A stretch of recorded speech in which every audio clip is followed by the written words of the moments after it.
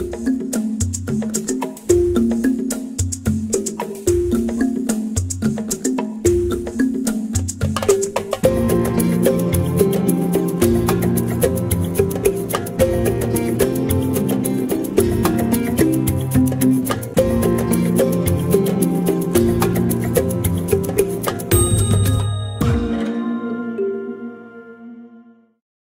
minamahal kong kababayan sa Panglao, isang magandang araw po.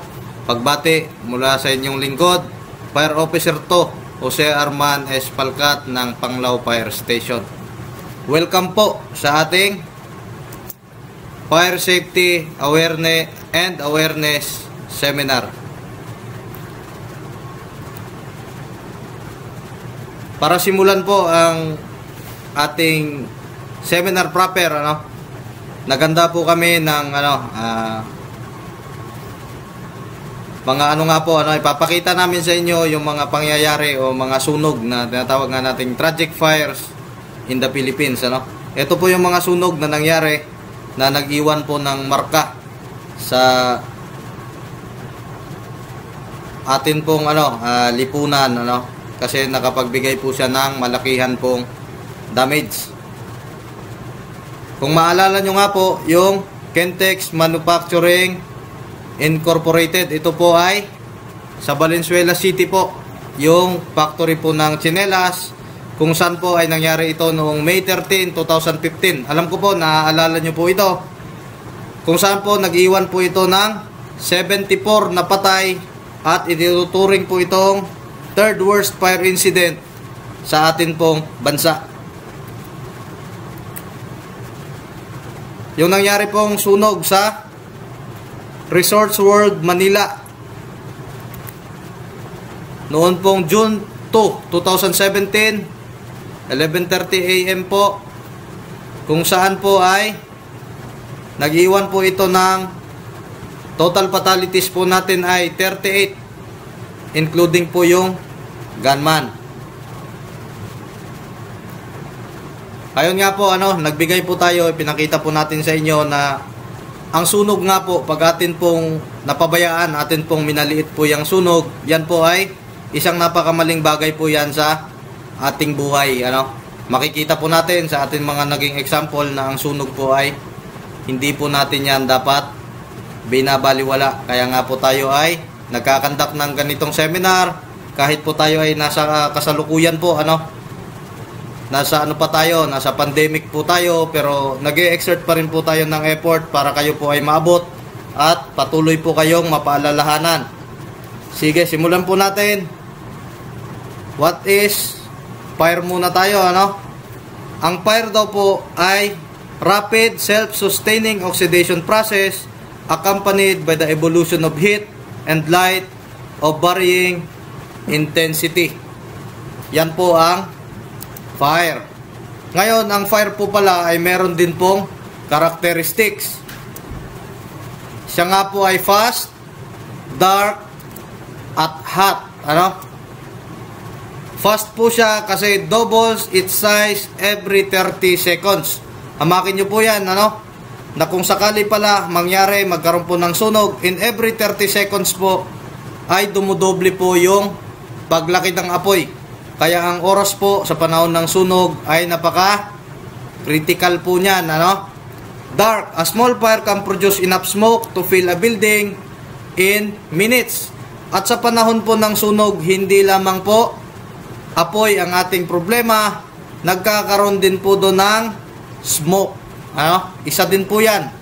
At sa katunayan nga po dyan, kadalasan po ng mga namamatay bago po sila maabot ng apoy, namamatay po muna sila sa smoke, poisonous gas po, yung sa kanila, nasosuffocate hanggang sa malagutan po sila. Kaya yung iba nga po dyan, sa malakihang fire operation, nare-recover po yung katawan, hindi pa nasusunog, pero wala na pong buhay. Yun po yun. Hot. Air temperature in a burning room can reach 300 degrees Celsius. At tamang nga po yan, totoo po yan, Kasi sa isang pangyari, po talaga, once na nangyari itong sunog, expect nyo po dyan, pati yung kaldero, pati yung mga gamit na ano dyan, talagang tupok po yan at talaga pong natutunaw yan sa sobrang init po ng ating apoy nga.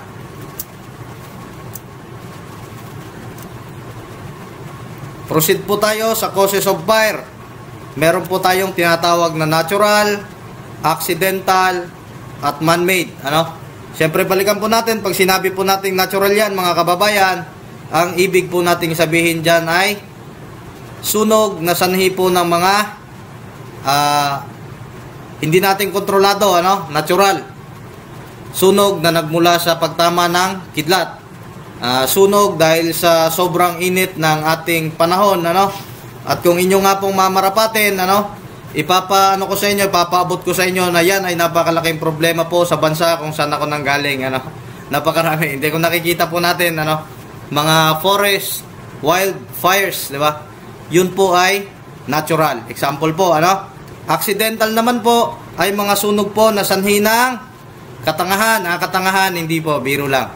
Accidental po ay sunog sanhi ng mga bagay na hindi natin sinasadya. Accidental nga po. Man-made. Pag sinabi pong man-made, ito po ay sunog naman po na ang nakapagsanhi ay kagagawan po ng tao. Ikaw po ay galit dyan sa katabi mo. Ngayon, pag uwi po ninyo ay talaga pong inantay nyong magdilim. At binuhusan nyo po ng gasolina ang kanilang pintuan at sinilaban nyo po ngayon para dahil sa kaka-chismis, nagalit po kayo. Wag po, arson po yun, Man-made, ganun po yung man-made, Meron na pong panghihimasok ng tao. So, nauunawaan po natin, proceed po tayo. Elements of fire. Dito nga po nakalagay, fire is a chemical reaction involving rapid oxidation or burning of fuel. It needs 4 elements to occur. Para po pala ang isang fire ay mabuo o ang apoy ay mabuo, meron pong 4 tayo na component. Nandun po yung tinatawag nating fuel, oxygen, heat, at syempre po yung pag nagsama ang tatlo, magkakaroon po ng tinatawag na chemical reaction. Take away any one of these factors and the fire cannot exist. Pag absent po yung isa nito, absent po. Wala po, Pag kulang po ng isa, wala pong apoy na mabubuo. Ibig sabihin, kahit sa napakaliit po na apoy, sa pagsindi pa lang natin ng posporo, present po itong 4 na elements na ito. At yan po ay tinatawag natin na the tetrahedron of fire. Ayan nga po, makikita nyo yung ating illustration. Nandyan po yung oxygen. Approximately 16% required to sustain combustion. 16% lamang po ng oxygen ay kaya na pong i-sustain, kaya na pong magkaroon ng isang fire o apoy, mga kababayan. Ang normal air contains, yung normal po na hangin sa atin pong kailangan ng ating katawan, ang kinakailangan po ng tao ay 21% of oxygen po para mabuhay. Yung apoy po natin ay 16% lamang po. Sapat na po yun para magningas ang apoy, Nandyan po yung heat sources to reach ignition temperature, init. Yung mga source, open flames, the sun, hot surfaces, sparks and arcs, friction o pagkikiskisan ng dalawang metal o bakal, friction po yan. Yung ganyan, di ba? Friction, nararamdaman nyo po, nagkakaroon pag kinukuskus natin yung ating palad ay nagkakaroon po ng init dyan. Yan po yung idea pag sinabi nating friction. Chemical action, electrical energy, hindi po yan mawawala, at compression of gases. Ngayon po, dito naman tayo sa fuel. Fuel o yung pinaka sinusunog o sa atin pa yan ay pinakagatong, pinakapagkain ng apoy natin. Solid, liquid at gas, nakaklasify din po yan mga kababayan. Sa solid po, nandyan po yung bulky dust, finely divided coal, wood, cloth, grain, paper, plastic, at iba pa po. Nakakapa, nandyan po sa ating paligid, ang atin pong kortina, atin pong mesa, lahat po ng pwede pong masunog. Solid na pwedeng masunog, mga kababayan. Nandyan po yung liquid, gasoline, kerosene, turpentine, alcohol, liver oil, paint, varnish, lacquer, olive oil, at marami pa pong iba. Sa gas naman po natin, nandyan po yung natural gas, propane, butane, acetylene, carbon monoxide, at hydrogen po. Yan po yung tinatawag natin na mga elemento po, fuel po yan. Under po sa isang elemento na kung tawagin natin ay fuel nga po, ano. At syempre hindi mawawala pag nagsama ang tatlo, magkakaroon po ng tinatawag natin na chemical chain reaction o chemical reaction para po mabuo ang isang apoy. Proceed po tayo. Ngayon ay pag-uusapan naman po natin kung paano kumakalat, o sa English pa yan ay how fire spreads. Depending on the type of structure and the material a building is constructed from or made of, fires can spread quickly, engulfing a structure in a matter of minutes. Ayan. How fire spread daw po, nakadepende daw po yan sa kung paano yung pagkakakonstruct ng building. Paano po yung pagkakagawa, ano? Meron po tayong mga iba't iba pong klase ng mga construction materials, at per ano po dyan, per construction po natin ay syempre nagkakaiba-iba po ang ano po nyan, fire spreads nga, o yung bilis ng pagkalat ng apoy. Proceed po tayo. Understanding the nature of fire po tayo ngayon. At nandyan po yung sa fire spread nga po natin, ano, through radiation. Pag sinabi po natin radiation, ang heat transfer po natin dyan ay through electromagnetic wave o sa hangin po. Tapos ang pagkalat po ay sideways. Kaya po, kadalasan itong nangyayari, ano, sa isa pong senaryo na may sunog. Makikita po natin yung isang building na nag-aapoy ngayon. Tapos nang dumating yung ating mga bumbero, pagkatapos po nilang i-survey, ano, at makita yung kabuuang pangyayari sa scene, yung ginawa po ng ating mga bumbero ngayon ay dito po sila sa adjacent building o katapat na building po sila nagbuga ng tubig. Ngayon, ang ating pong mga kawawang kababayang bumbero ay tinawag pong bobo, ano. Ano lang po yan, pero mostly yan po ay nangyayari po talaga, no? Kasi yung mga kababayan po natin ay hindi nila nauunawaan yung ganito ngang heat transfer na tinatawag natin, ano? Hindi na po natin maisasalba yung kabuuan ng building na nasusunog. Ngayon po, ang pinakamagandang strategy na ating gagawin po dyan, kung tawagin po namin yan ay cover exposure. Nakikita po namin na umuusok na yung kabilang building. Kaya para po maiwasan natin na mag-spread o kumalat yung apoy, atin po yung i-cool down o palalamigin po natin yon gamit ang ating tubig, at sa paraan nga po na yon ay makokontrol po natin yung pagkalat. Yun po ay tinatawag natin na cover exposure, ano? Tandaan nyo po yan at baka lumabas po yan sa ating pa-exam, ano? Proceed po tayo. Convection.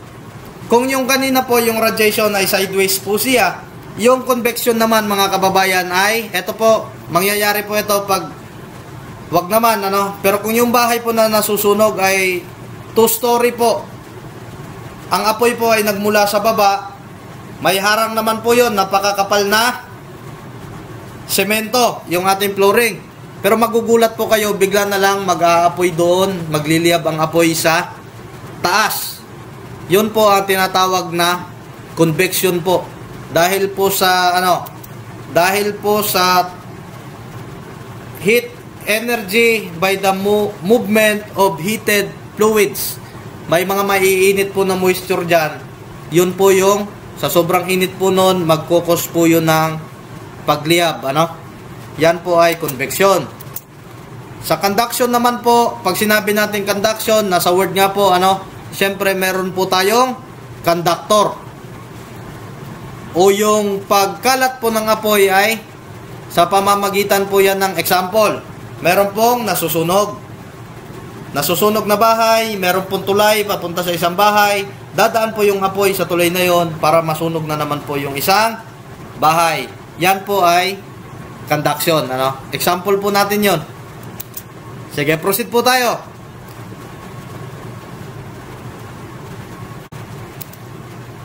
Okay, proceed po tayo, ano? Nandito na po tayo sa tinatawag na classes of fire. Dito po mauunawaan natin na meron palang classification. Hindi lang pala basta-basta na pag sinabi nating sunog, ano? Sunog. Meron palang classification yung mga bagay-bagay na nasusunog. Kina-classify po pala natin yun. Dito nga po tayo sa class A fires. Involve ordinary combustible materials such as wood, cloth, paper, rubber, and many plastics. Ito po yung mga bagay-bagay sa ating paligid, ano? Papel, etong ating mesa, ating kortina, lahat po na nakikita at nakakapa po natin na pwede pong masunog. Solid po.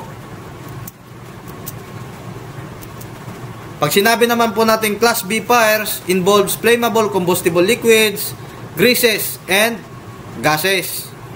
Nandyan po yan ating nakikita nyo sa picture, ano? Mga gasolina, langis ng ating mga sasakyan, motor, pintura, thinner, solvent, napakarami po.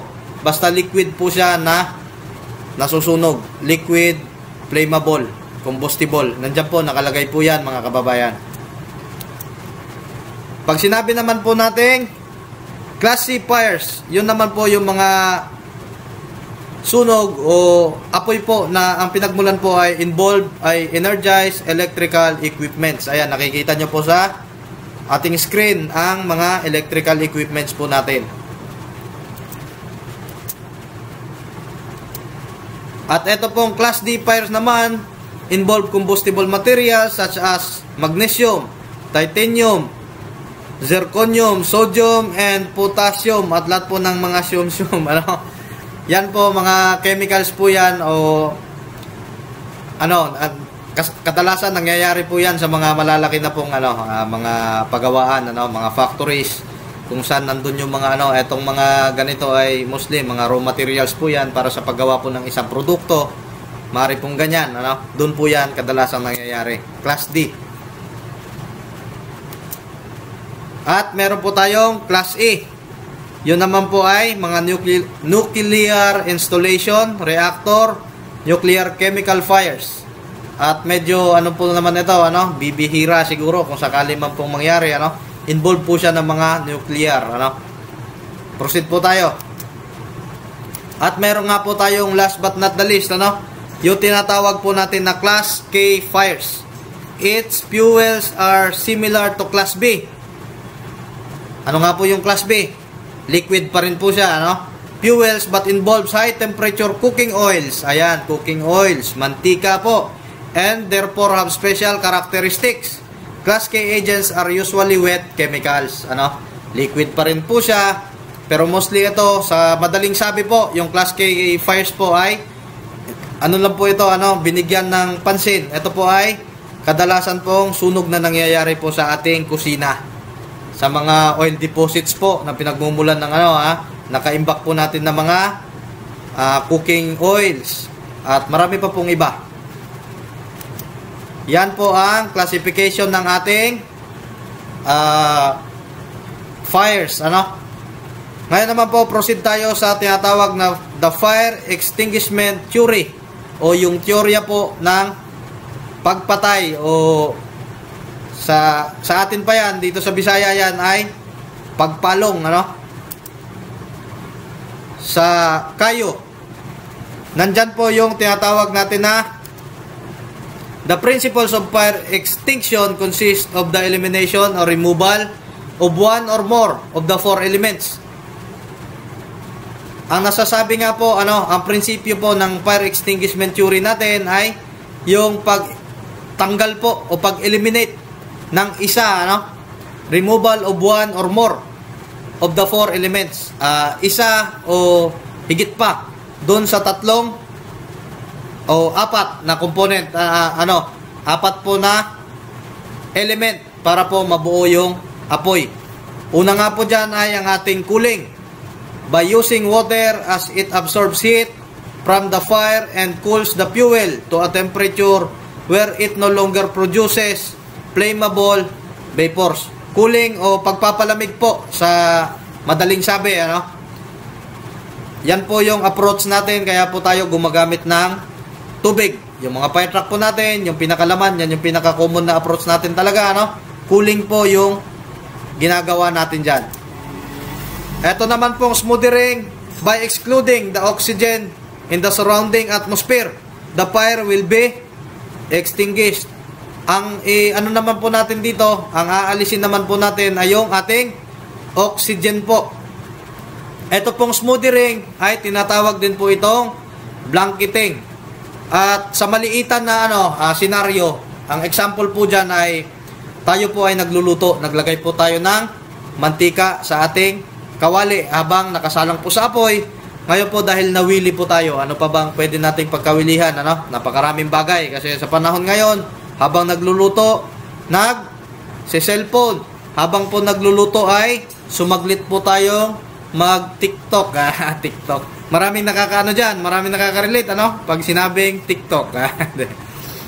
Yun po, may iba po tayong ginawa, kaya ngayon napabayaan natin yung ating nakasalang nakawali na meron pong mantika. Paglagay po natin ngayon ng ipiprito nating isda, bigla pong magliliyab yung ating kawali, at sa atin pong pagkabigla at takot, kumuha po tayo ng tubig tsaka ibinuhos po doon. Lalaki po yun. Mali po yung ganong gawain. Yung gagawin po natin dyan ay tatakpan lamang po. Huwag kayong magpanik. Kukuha kayo ng pantakip ng ating kawali at tatakpan lamang po natin yung kawali natin. Para po ma-eliminate o pigilan natin po yung oxygen. Para po mamatay yung apoy. Yun lang po yung pinaka-prinsipyo niyan. Starvation po. By removal of the fuel burning in the fire. Sometimes, combustible material can be removed, such as by shutting off gas valves or fuel flows. Ito po, yung mga dito ay, eliminate po natin yung ating fuel. Yan po yung sinasabi dyan. Example po niyan ay nagluluto tayo, tapos meron tayong leak yung ating linya po ng ating LPG, galing sa ating tangke. At ngayon po ay bigla pong nagliyab. Matatakot po tayo ngayon. Yung pinaka dapat lang po natin dyan gawin ay i-close lang po yung ating valve ng LPG tank. Elimination nga po yan. Sa malakiang senaryo naman po ng sunog, ito pong starvation ay kukunin nga po natin yung fuel para wala nang makain, wala nang kukonsumuhin yung ating apoy. Kaya ang gagawin po natin dyan sa malakiang sunog po yan, example po dyan yung mga natin sa yung term dyan ay squatters area ba o rural, urban, anong term dyan na tama, mga kababayan? Pag nagkakaroon po ng sunog dyan, dahil sa dikit-dikit na bahay ay napakabilis po ng fire spread po dyan, napakabilis ng pagkalat ng apoy. Kaya yung gagawin po natin dyan, ihingi po tayo ng tulong dyan sa ating mga counterpart kung sakasakali merong mga available po dyan na mga backhoe ba o ano na magagamit natin. Talagang nagwawasak po tayo ng bahay dyan. Nagsisira po tayo ng mga maliliit na dyan, portion nga po para at least ang fire spread po ay atin pong mapigilan. Isa po yan, starvation po yung tawag dyan. Basta eliminating fuel, yan lamang po yung keyword. Stop chain reaction. Stop or interrupt the chain reaction between the fuel, heat, and oxygen. The fire will be extinguished. Ayun. Meron pong intervention natin, Pag nagsama po ang tatlo ay magkakaroon po ng chemical chain reaction. Kaya po, yan po yung iiwasan po natin na mangyari. Mapipigilan po natin yan pamamagitan po ng ating mga gawain na pag-iingat po at mga practices po natin siguro na para nga po maiwasan itong pagkakaroon ng sunog. Stop chain reaction, di ba? Napakaklaro po. Proceed po tayo. Ayan nga po, nandito na naka-illustrate Nandito yung class, source, method po na dapat natin gamitin kung sakasakaling magkaroon ng sunog involving specific na mga materials, at nandito din po yung ating suitable extinguishers. Kung sakasakali man na magkasunog involving paper, wood, ang atin pong approach ay cooling method o blanketing po. Gagamit naman po tayo ng fire extinguisher po natin na water type, CO2 cartridge type na extinguisher. Pwede din po water bucket, sand bucket. Ito po ay sand bucket po, o balde po na merong buhangin. Blanketing po yung gagawin natin. Sa class B naman, meron dito kung sakaling nagkaroon ng sunog na yung involved by petrol, kerosene, diesel. Starvation naman po yung magiging approach natin dyan. Smothering, break, chain reaction. Yan po yung gagawin natin dyan. Kaya gagamit tayo ng BCF, CO2, dry chemical powder po natin, at sand bucket pa rin po. Applicable pa rin po yan. Sa class C, kung sakaling nag-involve ng LPG at saka CNG, smothering, starvation, ang gagamitin naman po natin dyan ay BCF tsaka CO2. Class D, Class E, Class K, nakikita nyo naman po sa ating screen. Yan po yung mga dapat nating tandaan po dyan, Sige, proceed po tayo. Ang pag-uusapan naman po natin ay tungkol naman po sa ating fire alarm and communication systems. Ayan. Type of sprinklers po tayo. Upright, meron pong upright, Sa mga nakikita natin to, mga malalaking supermarket, yung iba, nakadepende, pero nakakakita ko na ito, yung iba, supermarket na upright po yan, yung piping, tapos pataas po yung sprinkler natin dyan. Nakaganyan. Meron din pong pabaliktad. Meron din po tinatawag na concealed pendant, flash pendant, horizontal sidewall. Iba-iba po, Meron din po tayo tinatawag na automatic panic door. Ito naman po, nakikita natin to sa mga high-rise building na nga po, Ang pinaka-purpose netong automatic panic door, makakalabas po tayo. Pag nakalabas na po tayo sa pintuan na yan, ay hindi na po tayo makakabalik. Yung pinaka-pinoproteksyonan nga po niyan, kasi ang sabi nga po, sa panahon nga po na mayroong sunog, dapat po ay iligtas natin ang ating sarili at iwasan na nga po natin ang pagbalik. Kasi mostly po, nangyayari sa mga malakihang sunog, yung mga bumabalik po sa kasamaang palad ay hindi na po nakakalabas pa muli ng buhay, mga kababayan. Ayan po, at pag-usapan naman po natin yung ating mga tinatawag na portable fire extinguishers. Ito po yung bagay na pinakaayaw nyo kapag pumupunta kami sa inyo, kasi hinahanapan po namin kayo ng fire extinguisher. Portable fire extinguishers are first aid devices. Nakalagay po, first aid devices. It provides a first line of defense against small fires.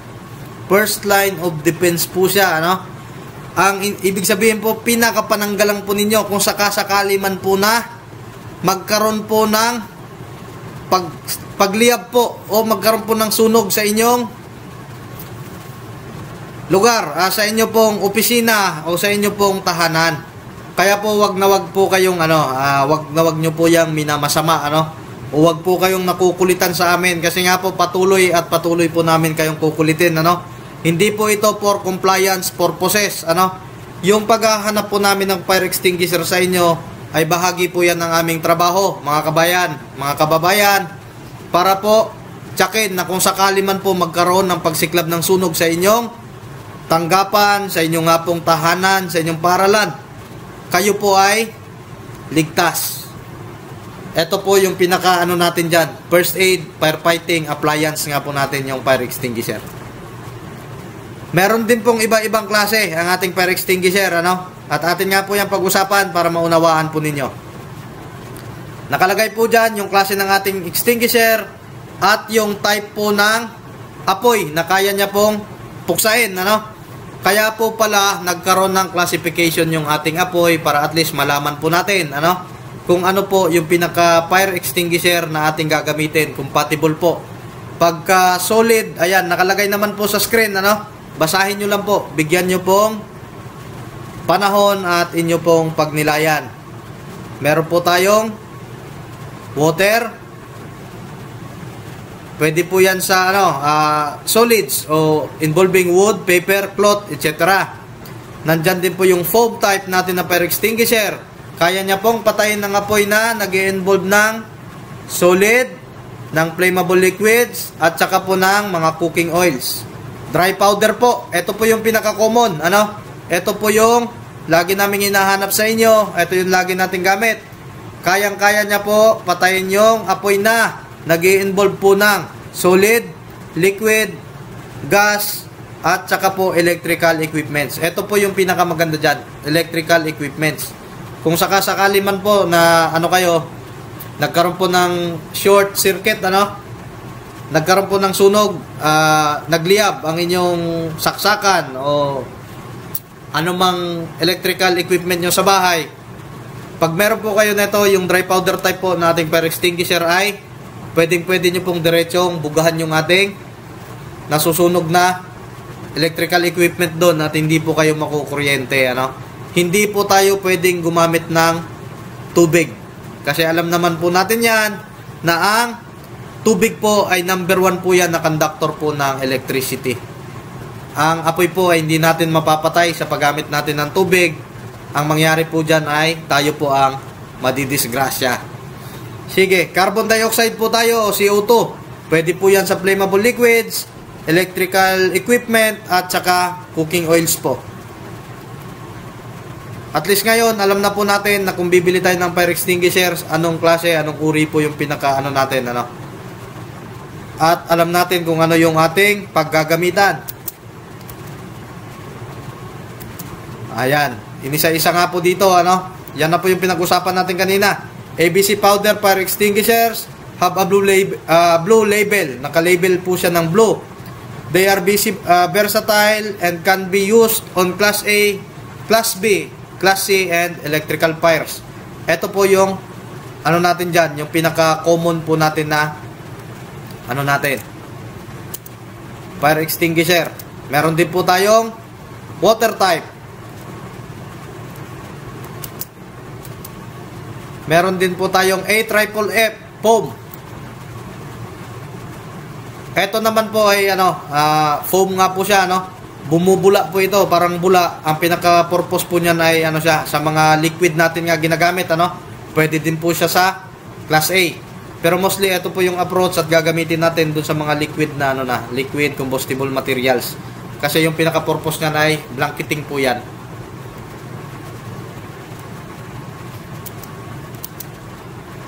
Meron din pong carbon monoxide. Okay.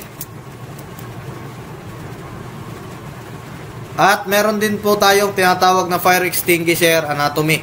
Pag-usapan po natin yung parts, para mapamiliarize po natin. Unang-una po dyan yung ating discharge lever. Yan po yung pinakapigaan natin para lumabas po yung ating extinguishing agent dito po sa ating discharge nozzle. Pero hindi po natin yan mapipress at hindi po natin yan mapapagana kapag hindi po natin tinanggal si ating discharge locking pin. Siya po yung pinaka nagsisil, nagpiprevent po sa unwanted po na pagka discharge nga po ng ating extinguishing agent po dyan. Discharge hose, nozzle, ang ating pong discharge orifice, pressure gauge. Isa po yan sa napaka-importante din po na part ng ating fire extinguisher, yung ating pressure gauge. Kasi dyan po natin nalalaman yan kung ang ating fire extinguisher po ay sapat pa po ba at may laman pa pong pressure. Dapat po naka straightforward po yan, nandyan po yan sa green. Tapos naman po, pagka wala ng laman, malalaman po natin yan pag nakaharap tayo sa ating fire extinguisher. Dito po sa left side na kulay pula, nandyan na po magsiset yung pinaka-arm ng ating indicator natin po.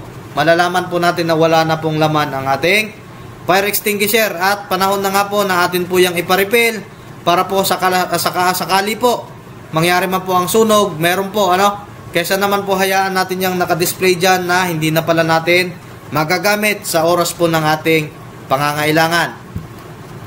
Next po natin ay carrying handle o bitbitan.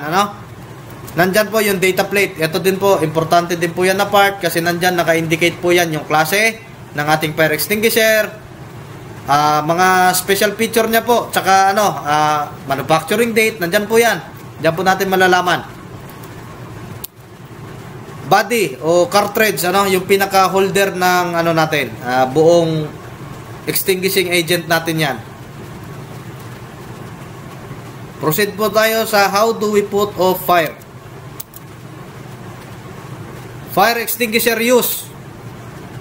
Sa paggamit po ng ating fire extinguisher, acronym PAS lang po ang dapat po nating tandaan po dyan. Pull the pin po. Unang-una, tatanggalin po natin yung pin.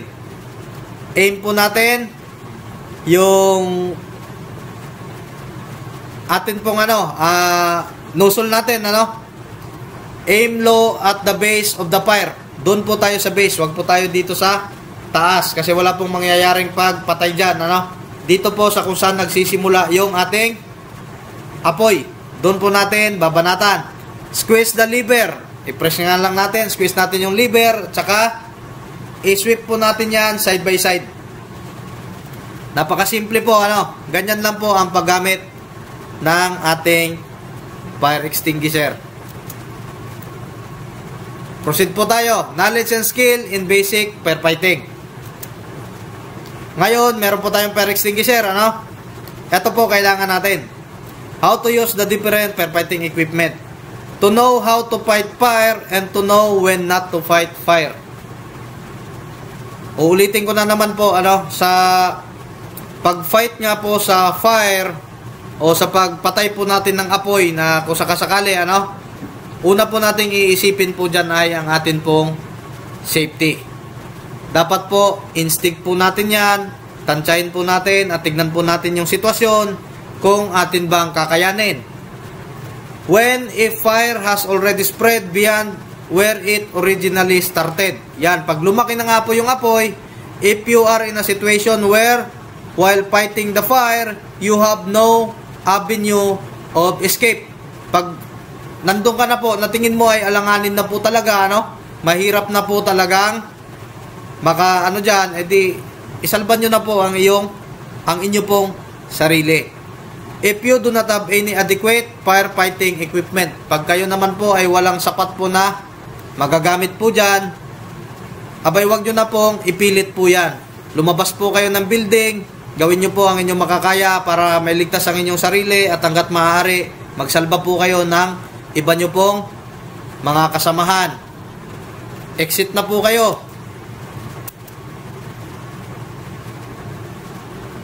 Ayan. Nandito nga po sa picture na lang natin nakikita kasi nga po dahil dito sa pandemic natin ngayon, eto na yung pinaka ginagawa natin, online tayo. Sa picture na lang po, wala na po tayong actual na dyan. Pero yan po, ganyan na ganyan po ang proseso. Ayan. Use the maximum effective range of the fire extinguisher. Yung sinasabi nga pong maximum effective range ng ating fire extinguisher po ay approximately po yan 8 to 10 feet po yan away from the base or seat of the fire. Paggagamit po kayo 8 to 10 feet po, at pag open area po ay kung saan po nanggagaling yung hangin, doon po kayo pumwesto. Wag na wag po kayong sasalubong o kukontra sa hangin. Kasi nga po useless po yan kasi papalirin lang po ng hangin yung inyong extinguishing agent at worst po dyan ay maabot po kayo ng apoy. Remember, only fight a fire when the fire is small and contained. Pag maliit pa po at kayang-kaya pa natin, You are safe from toxic smoke. Siyempre, may kasama pong usok. Dapat po ay safe po kayo sa usok. You have a means of escape. Lagi pong sisiguruhin na kung sakasakali, advance po tayo mag-isip dapat, ano? Kung sakaling lumaki ang apoy, dapat po ay kakayanin nyo pong matakas at isalba ang inyong sarili.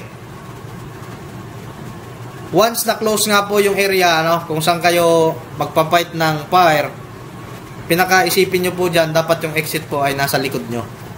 Para kung sakasakali po, ano, hindi natin makontrol yung sitwasyon, mabilis po tayong makakalabas.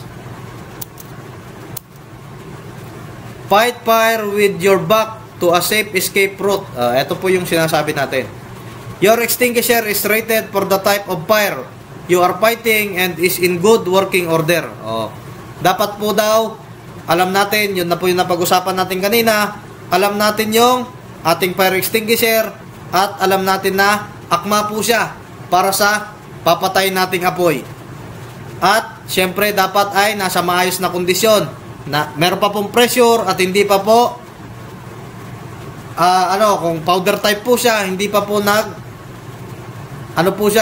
na po sa loob, wala na pong mangyayari kung nagkaroon ng ganun po, had training and confident that you can operate it effectively. Ayan, yung training nga po talaga, ay malaking bagay po yan. Yan po ay paghahanda po natin yan sa ating sarili, sa mga bagay-bagay po na posible pong mangyari, lalo na nga po sa ganito. Kung sakasakali, wag naman, sunog. Napakaganda po na may mga exposure kayo, may mga trainings kayo, kasi nababawasan po dyan yung yung pagkataranta, kasi alam mo magiging confident ka kasi alam mo kung ano yung mga dapat mong gawin. Ayan, proceed po tayo, fire safety tips na po tayo. Number 1 nga po dyan, identify and report fire hazards and unsafe work practices. Yung pinaka-essence po nito, kasi syempre kayo po yung nasa area, kayo po yung pinaka nakakaalam po ng mga dyan, yung mga parang unsafe po na mga sitwasyon o mga practices nga po. Huwag po kayong mag-aatubili na ipaalam po yan sa inyong mga inyong mga bumbero po. Kasi po sa dami din po ng aming ginagawa, hanggat maaari, nakikita nyo naman na kami po talaga ay year round po yan. Nag-i-inspect kami, umiikot po kami sa inyo, nagre-reach out po kami sa inyo. Gusto ko ipaalam sa panahon na ito na kung merong mga problema, meron pong mga wag po kayong mag-atubili talagang lumapit sa amin at atin pong titignan po natin, susuriin po natin yung mga bagay-bagay na yan para po mapanatili po kayong ligtas. Kami po yung pagpunta namin sa inyo ay hindi po para pag-complain kayo ng mga bagay nga po na magbibigay ng hirap o dagdag pasakit o pabigat po sa inyo. Yung pinaka-purpose po namin ay pangalagaan po ang inyong buhay at ari-arian laban po sa mapaminsalang sunog. Yan po ang aming trabaho. Number 2, unplug all electrical equipment when not in operation unless necessary. Ayan, kasi napakalaki nga po ng porsyento talaga ng sunog ay nangyayari po yan sa ating mga tahanan o sa atin pong mga lugar ng trabaho po natin, dahil po sa electrical equipments. Dapat po yung mga hindi nga po natin ginagamit, nakasaad nga po yan dito, dapat po binubunot natin yan. Tapos wag tayong gumagamit talaga ng gagamit ka freezer. Marami akong nadadaanan ng ganyan sa inspection, freezer, nakasaksak lamang po ginagamitan po ng extension wire. Isipin nyo po yung ating extension wire na mga kada wires natin, meron pong meron po siyang mga maximum limit or capacity lang na kaya niya. Huwag po natin gagamitan ng ganyan. Tapos kung po yung naka-design sa pagpapa-approve natin ng ating mga plano, sa electrical po natin, yun po yung susundin natin. Kung sakali man po na magdagdag po tayo ng malalaking appliances, magdagdag po tayo ng i-breaker natin yan, dapat meron tayong plangka, kung dito yan sa atin, plangka yung tawag natin dyan. Dapat po, po talaga tayo. Rep, freezer, aircon, hindi po pwedeng saksak lang po natin yan sa ordinaryong outlet. Isipin po natin yung atin pong safety.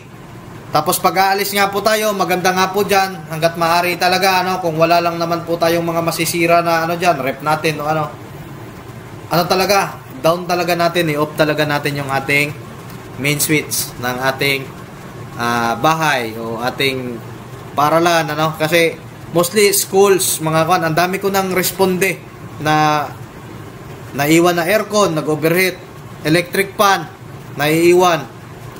Isa po yan sa maring ikapahamak at ikatupok po ng ating mga ari-arian. Number 3, maintain proper housekeeping. Ito po, napaka-basic lang po niyan. Kasi syempre po, kayo po yung nasa area, ano po yan, nasa sa inyo po yung obligation o anong tawag dyan, duty, na pangalagaan po yung nyo, at saka i-maintain po na nasa maayos po ang lahat sa inyong lugar para makaiwas po tayo sa sunog. Familiarize and keep emergency exits marked, lighted and free from any obstruction. Ayan. Familiarize.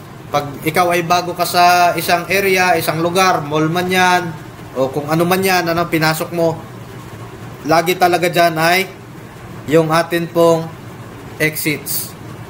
Fire exits po, magagamit po yan natin sa lahat po ng emergency, maging po sa pagtakas kay commander, baka may natatawa dyan, mga galawan natin, emergency exits po, lighted and free from any obstruction po yan. Hindi po pinapadlock yung mga emergency exits. Kung kayo po ay may-ari ng establishment na pinapadlock nyo po yung inyong emergency exit, pag sakasakali po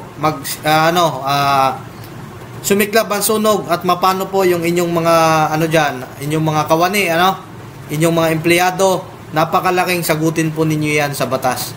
At kung ikaw naman ay isa kang empleyado at ganyan po ang gawain ng iyong amo, ang nakasalalay naman po dyan ay buhay po ninyo. Kaya po may karapatan po kayong magreklamo. Napakadali nyo lang po kaming tuntunin, hindi po kami nagsasara. Ang fire station po natin ay lagi po yang may tao. Pag-usapan po natin yan at gagawan po natin yan ng paraan para po mapanatili lamang po kayong ligtas.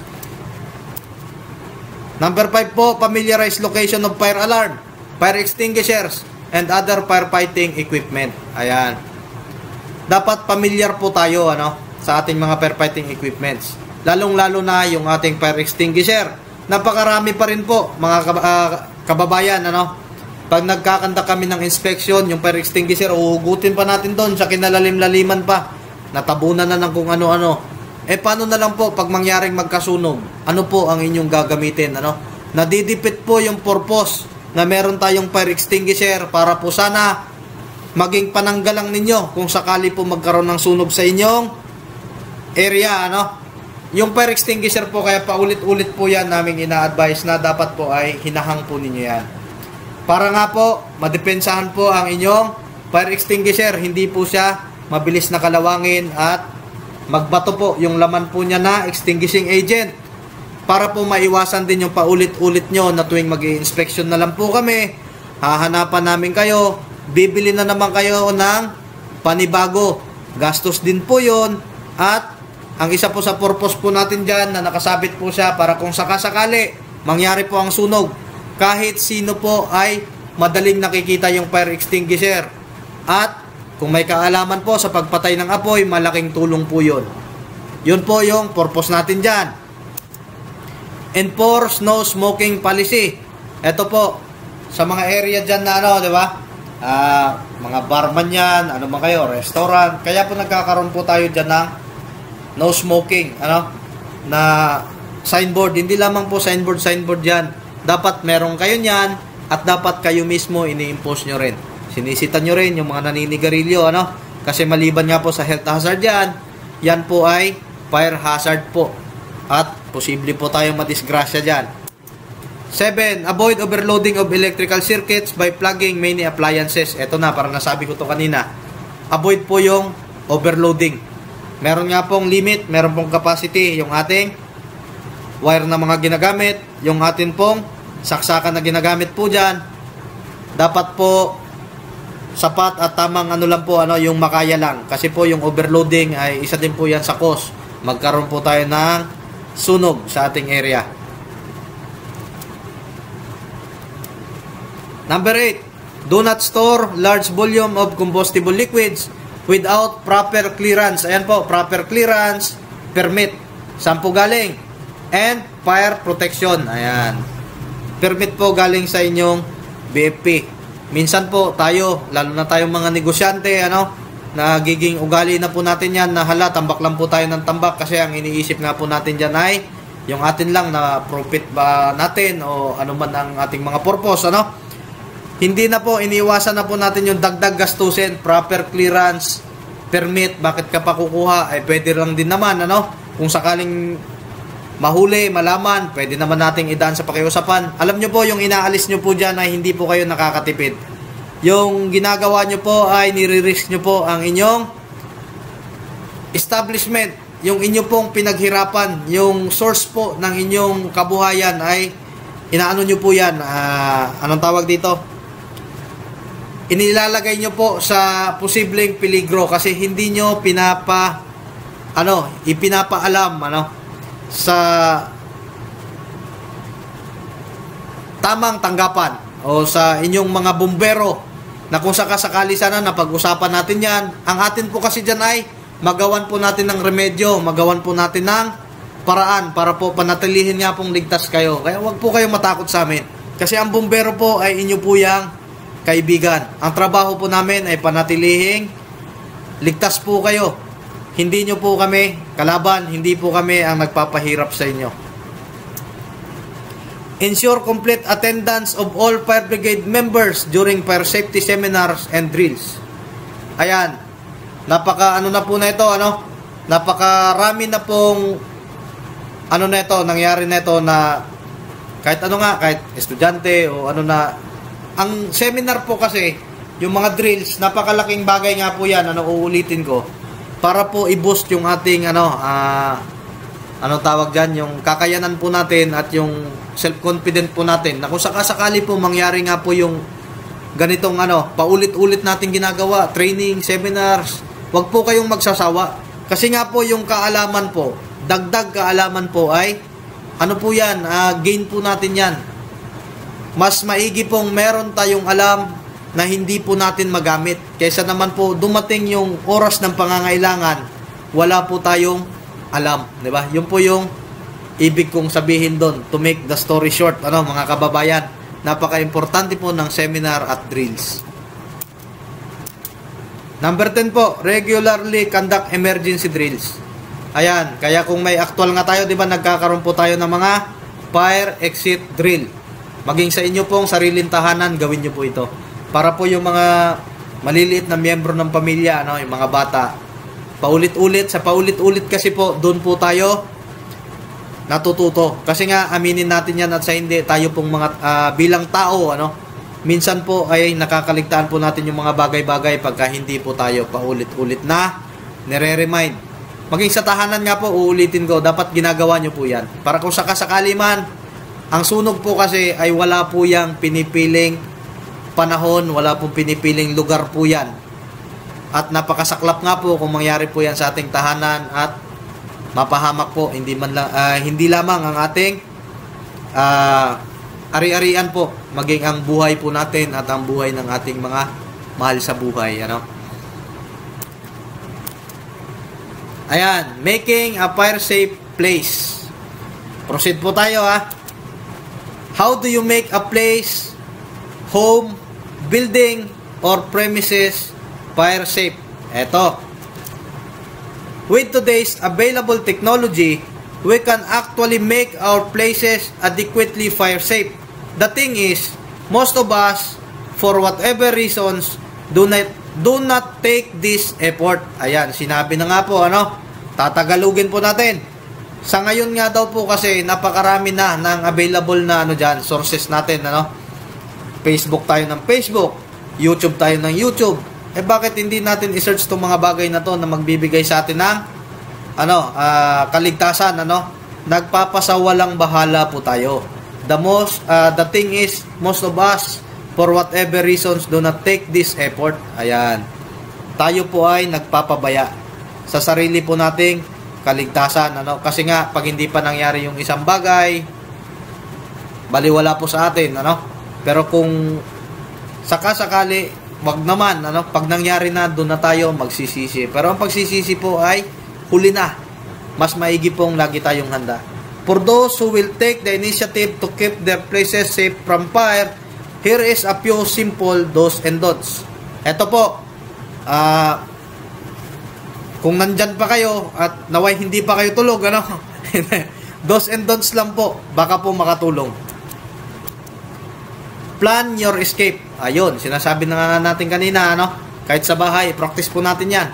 Planning and anticipation are important aspect of fire safety.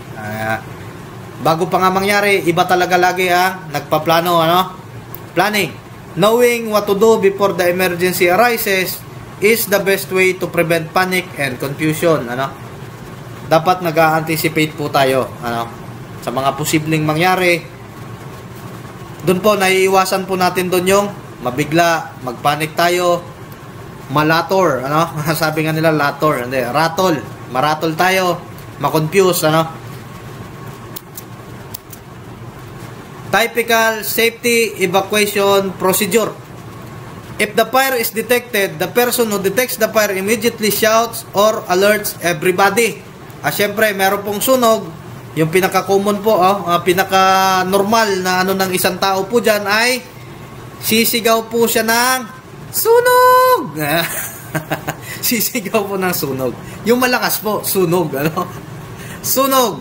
If the fire is still small, the nearest and most competent person should put out the fire. Ayan, ano?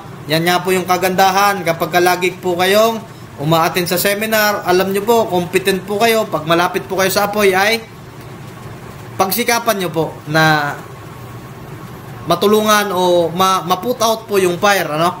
If the fire has already progressed to a bigger stage that would merit evacuation. Ayan. Evacuate.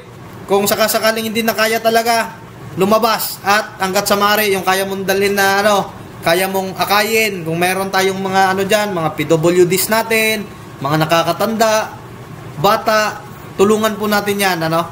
Designate a specific assembly area outside the building. Ayan. Kaya nga po, kung tuloy-tuloy sana, ano, yung ano natin, yung close contact natin na ano, mga usapan, mga seminar natin, ano, hindi po nawawala itong ating mga drills. Sa ating drill po, dapat ay meron tayong tinutulungan namin kayo i-identify yung pinaka-safe na area na kung sakasakali man magkaroon ng sunog ay doon kayo mag-stay o doon kayo yun yung pinaka ano nyo, pinaka evacuation area nyo kung sakasakali, ano.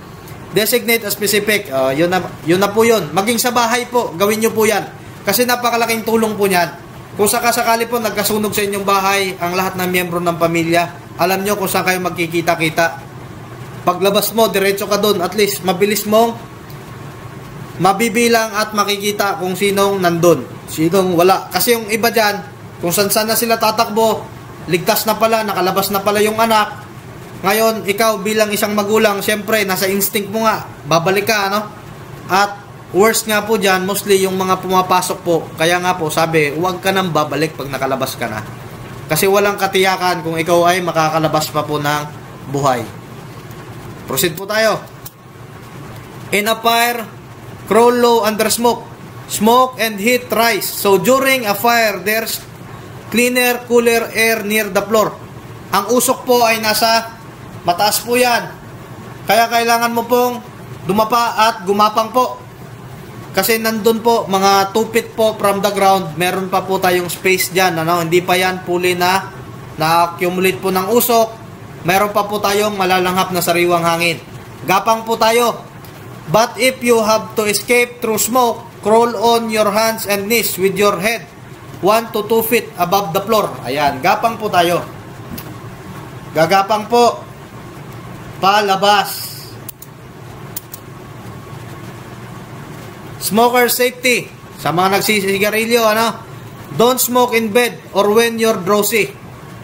Pagka inaantok na, gusto nang matulog, wag na pong nagsisigarilyo. Kasi minsan, ano, makatulugan natin, delikado po yan. Give smokers large, deep, non-tip ashtrays. Dapat merong malaki, malalim, mga ashtray po, ano? And soak butts and ashes before dumping them. Before po itapon natin yung ating upos ng ating sigarilyo, cigarette butts. Siguruhin po natin yan na dapat nga po, ano, binabasa. Wag po natin ididiretsong itapon po dun sa basurahan. Kasi unti-unti po yan. Ang worst po niyan, tulog na kayo, saka po magniningas dahil lang po sa baga na nandun sa inyong sigarilyo. Check on and around furniture, including under cushions for smoldering cigarettes. Yun nga po, in short, mag-ingat po sa sigarilyo, lalo na po sa loob ng bahay. Cook safely. Stay with the stove when cooking, or turn off burners if you walk away. Wear clothes with snug rolled up sleeves when you cook to avoid catching your clothes on fire. Turn pot handles inward where you can't bump them and children can't grab them. And enforce a kid-free zone. 3 feet around your stove when you cook. Ayan, pag nagluluto po tayo, ang bata po ay bata. Dapat po, meron po tayong tinatawag nga po na kid-free zone. Kasi minsan hindi maiwasan, baka maabot, ano? Hindi man magkasunog, malapnos. Naku po, wag naman, sana, ano? Kaya dapat bilang magulang, tayo yung nakakatanda sa bahay, ano po natin, responsibilidad po natin yan. Maawa naman po tayo kung sakasakali yung maliliit na miyembro ng ating pamilya ay mapasama po ng dahil po sa ating kapabayaan. Ano? Always observe po talaga yung safety po.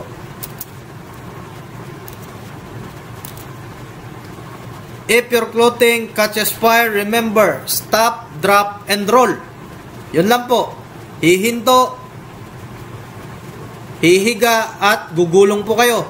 Kasi yung pagtakbo-takbo po ninyo, patuloy lang pong lalaki yung ano dyan, lalaki yung apoy. Kung sakaling inabot ng apoy ang inyong suot na damit. Stop, drop, and roll po tayo. At mag-isa mga bata nga po, ituro po natin ito. Ano? Napakalaking bagay po niyan.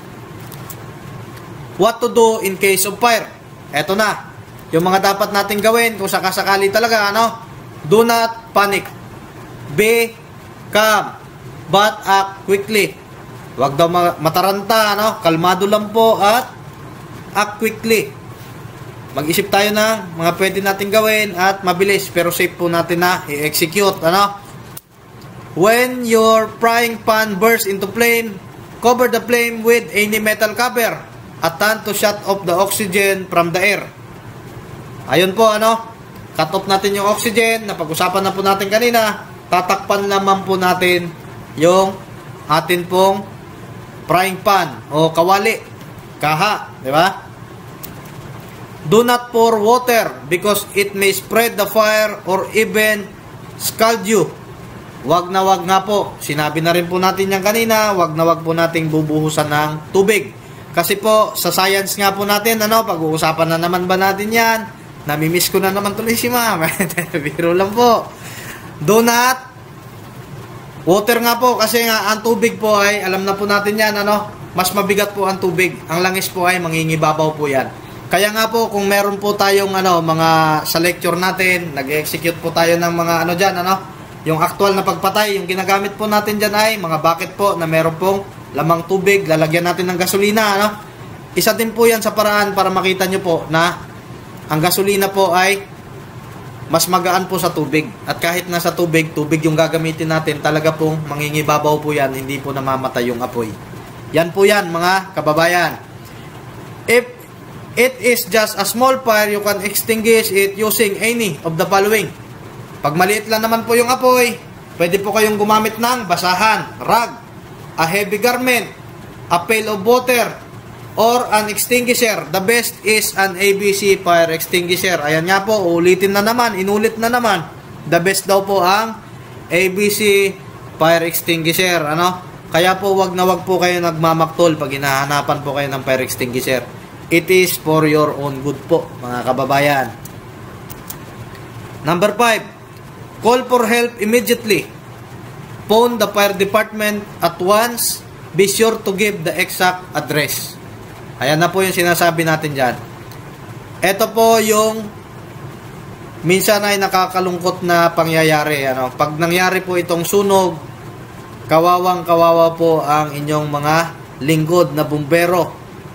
Mas mabilis pang masisi kaysa po magkaroon man lang kayo ng phone number po. Importante po yan, meron po kayong number ng ating fire department. Kasi nga po, uulitin na naman natin, napakahirap po nang mangyari itong sunog, hindi natin alam, wala tayong number.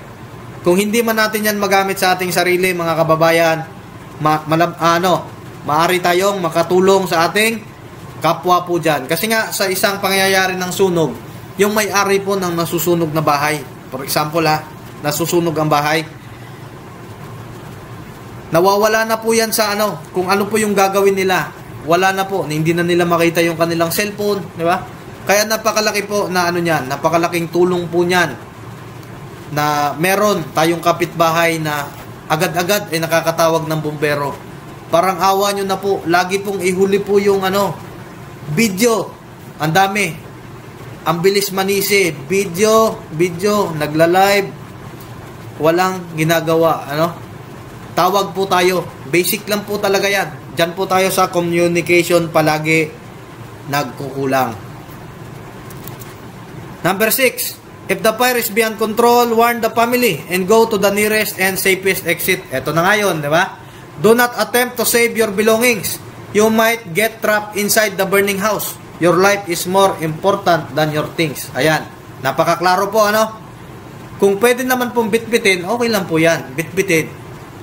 Bitbitin po natin, dalhin po natin, pero unahin po siyempre yung mga mahal natin sa buhay, Yung mga nakakatanda nga po, yung mga nanay natin, mga alagain po natin sa bahay, ilabas po natin sila bago po yung gamit. Importante po ang buhay, basta nasa maayos lang po tayong pangangatawan at buo po ang pamilya, sikap lang po, makakabawi po tayo sa tulong ng Panginoon. Number 7. If fire starts in any electrical wire or device inside the house, cut off the current first whenever possible at the switch or at the plug. Ito po yan.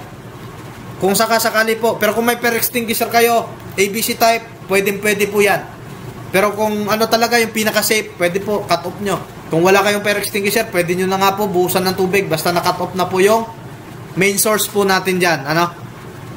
Yan po yung kagandahan po ng nag-a-attend kayo sa ganitong seminar, kasi kahit pa konti-konti po, malaking bagay po yan na may natututunan po tayo.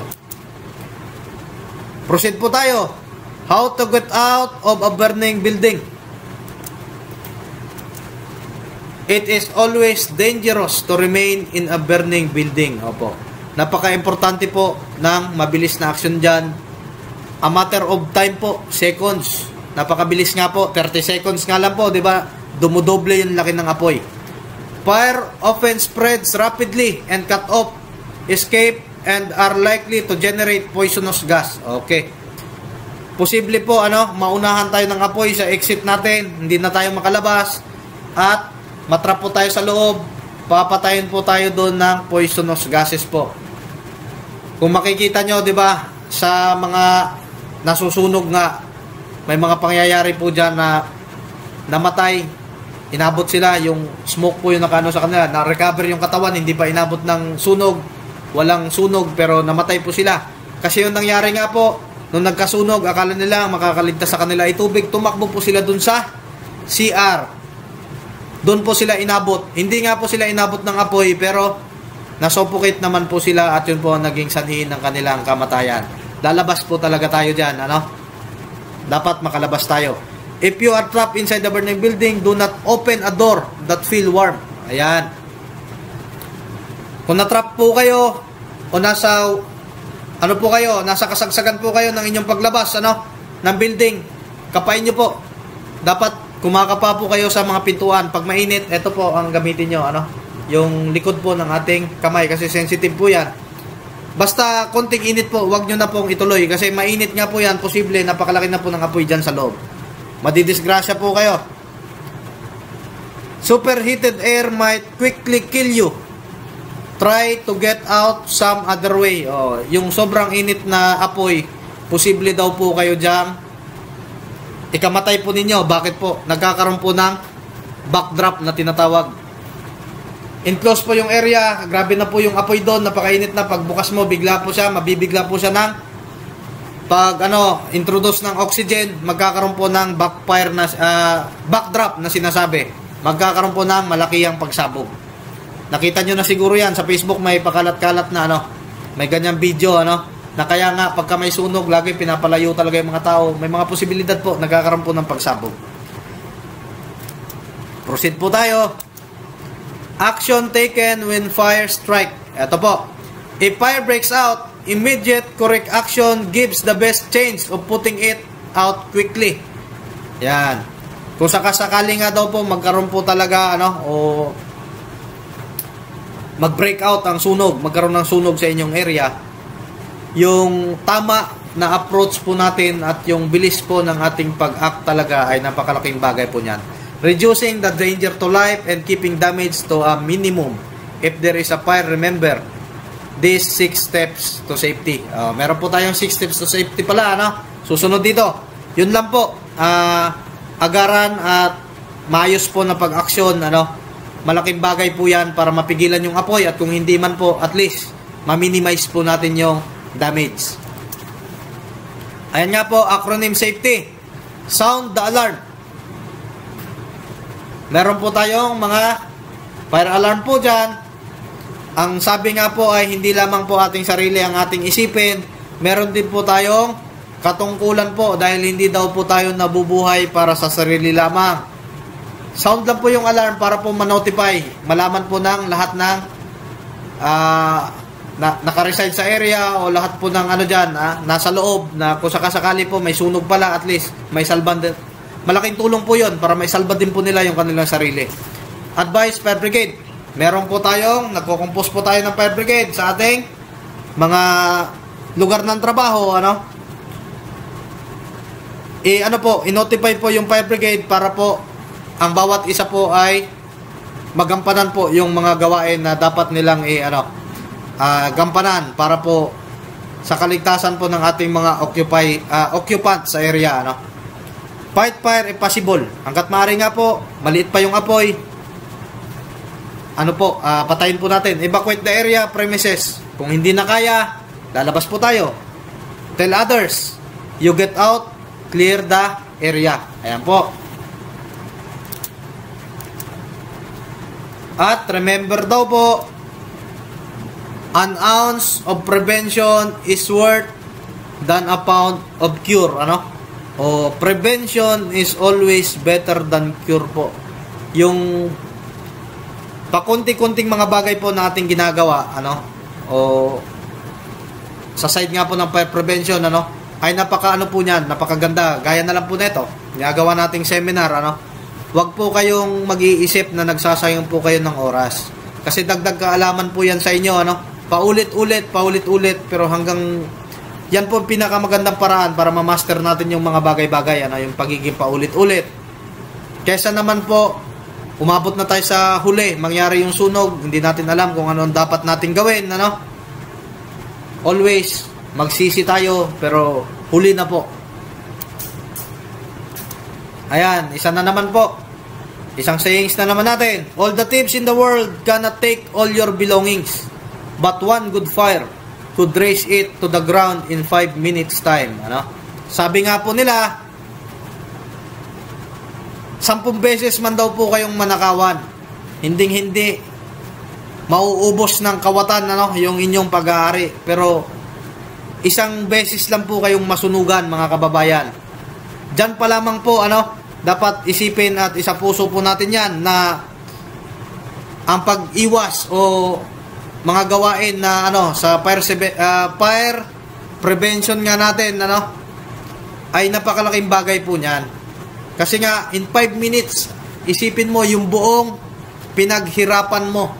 Ilang taon mong pinagtrabahuan, nagkalun-lun pa tayo dyan, masusunog at lang po, maaabo lang po sa sunog. Mas maigi pong maingat. Ayan, ito yung pinakatema natin. Sa pag-iwas sa sunog, hindi ka nag-iisa. Kaya nga po, kung ano man po yung mga nakikita nyo dyan, mga problema sa inyo na posibleng maging sanhi po ng sunog, hindi po kayo nag-iisa. Andito po kami, mga kababayan. ang inyong Bureau of Fire Protection, ang mga bagong breed po ng inyong bumbero na always pong willing at gampanan po ang aming trabaho para kayo po ay panatilihin pong ligtas sa sunog. At ang pinaka-importante nga po, gaya ng sabi ko kanina, communication natin, dapat meron po kayong BFP Panglao hotline number. Yan po, 0917-6700-813. I-save nyo po sa inyong cellphone at i-share nyo rin po sa iba na wala dito ngayon, sa mga kasama nyo sa trabaho na hindi po naka-attend dito. I-share nyo po yan sa kanila kasi hindi natin alam, worst nga po, mangyari ang sunog sa panahon na hindi po tayo handa. Napakalaking bagay po ng number na yan. Kaya i-save po ninyo, mga kababayan. Ayan, thank you na nga po. Wala na po tayong magagawa. Kailangan na po nating tapusin tong pag-uusap na to. Hangad ko lamang po, nawa ay kahit papano, meron po kayong natutunan dito at magamit nyo nga po sa pang-araw-araw nyong buhay para manatili po kayong ligtas sa mapaminsalang sunog po.